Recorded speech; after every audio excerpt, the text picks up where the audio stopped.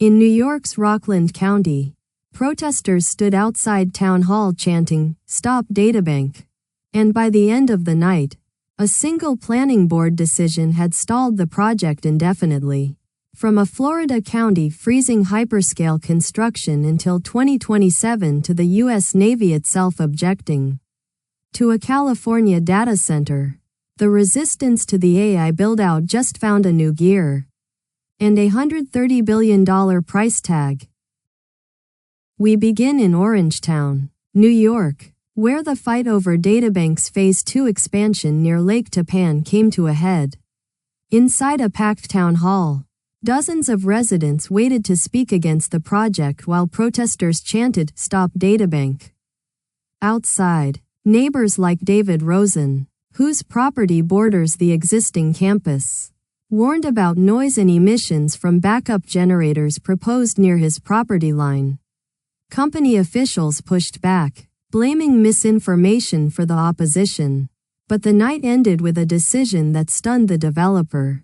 The planning board is requiring a full environmental impact study before the expansion can move forward. A review with no fixed timeline, which opponents say delays the project indefinitely. Food and Water Watch called it a huge victory for grassroots opponents.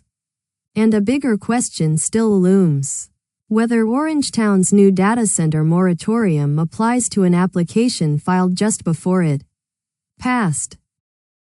That kind of pressure is now writing itself directly into county law.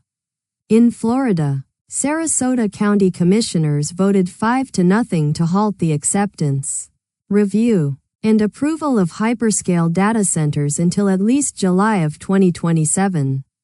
The freeze covers any facility drawing 50 megawatts or more, the state's own threshold for hyperscale, and at minimum the electricity of 35,000 homes. Assistant Planning Director Michelle Norton told commissioners these facilities can consume millions of gallons of water every day and often require entirely new power infrastructure. The vote followed an inquiry from a firm called XF Group about building a data center along Cattleman Road, and it revealed just how hard the county's mood has turned. Commissioner Joe Nunder didn't hedge at all, saying he opposes such projects. Quote, "Not now, not ever. The county plans clearer regulations by August." Add up all of these local fights, and the number is staggering. A new report out this week puts the total value of AI data center projects blocked or delayed by American communities at more than $130 billion, with more than 70 rejections or restrictions recorded in the first 4 months of this year alone. That's more pushback than the industry saw in all of last year combined. The most dramatic example came in Indianapolis, where Google walked away from a $1 billion data center in Franklin Township, pulling its proposal minutes before the city-county council was set to vote it down. Virginia, the data center capital of the world, is now the focal point, with more than 40 activist groups campaigning to slow or stop development. And organizers have called a national day of protest against data centers for July 18th. Spanning cities across the country. And the opposition is now coming from a source nobody had on their bingo card. The United States military. In California's Kern County, the China Lake Naval Base has formally objected to the proposed RB Inyokern data center, a facility backed by 40 diesel-fired generators, 3 megawatts each, providing 99 megawatts of emergency power.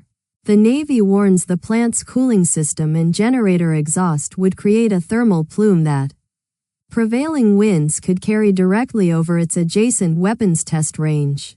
Inyokern Airport joined in with its own letter to county supervisors and the California Energy Commission, arguing the project threatens aviation safety and navigable airspace. The developer, meanwhile, is seeking a small power plant exemption that would narrow the state's environmental review to just the backup generators, with the city of Ridgecrest also preparing comments.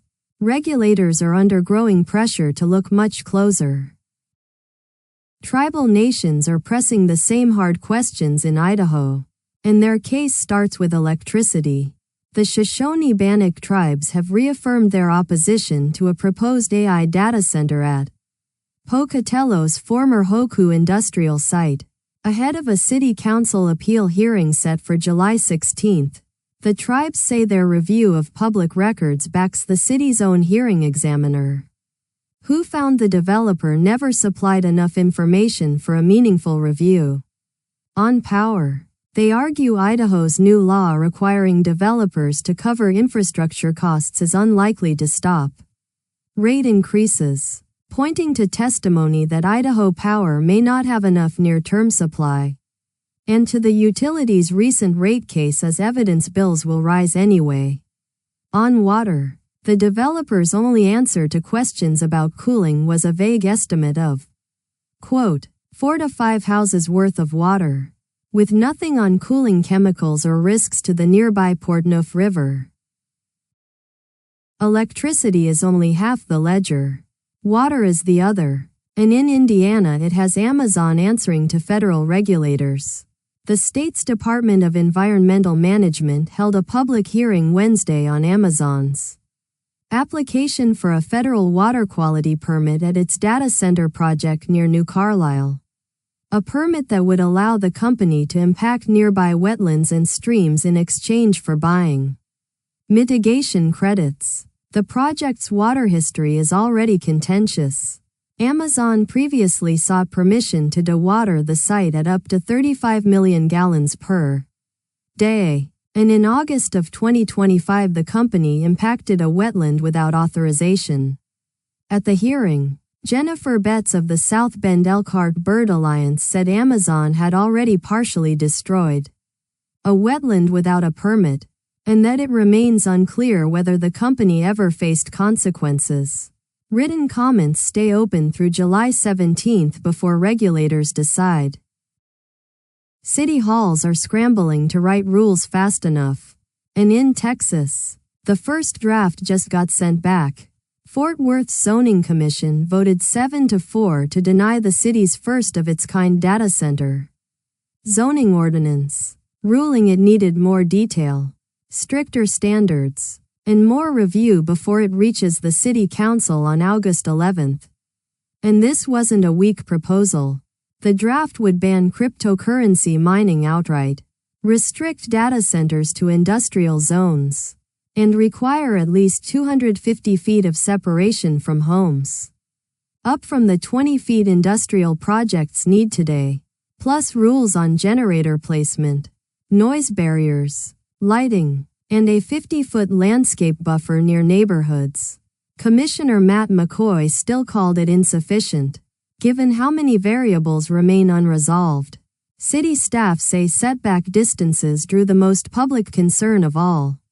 The revised ordinance returns for public input August 4, 1 week before the final vote. Yet even with the rulebooks unfinished, developers keep pushing forward, sometimes behind closed doors. In Festus, Missouri, developer CRG presented a downsized version of its $6 billion data center proposal to the city council in a closed session. And this week the criticism boiled over.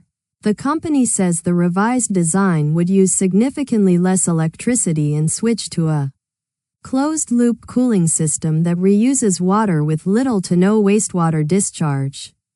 But opponent Mary Fakes called the private meeting, quote, shameful, part of a pattern of closed-door sessions despite promises of public meetings that never happened. CRG President Chris McKee insists the $6 billion investment figure hasn't changed, saying it reflects power infrastructure and equipment rather than building count. A public information session required under the city's own data center ordinance is promised, but still not scheduled. The build-out isn't stopping. The question is who gets a say.